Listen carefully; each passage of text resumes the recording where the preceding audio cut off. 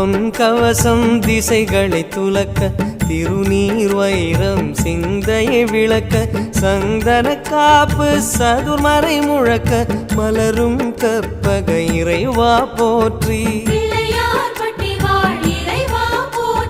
கலியுகம் காக்கும் கணபதி நாதா வலம்புரி நாதா அபயம் அபயம் அபயம் அருளும் இறைவா போற்றி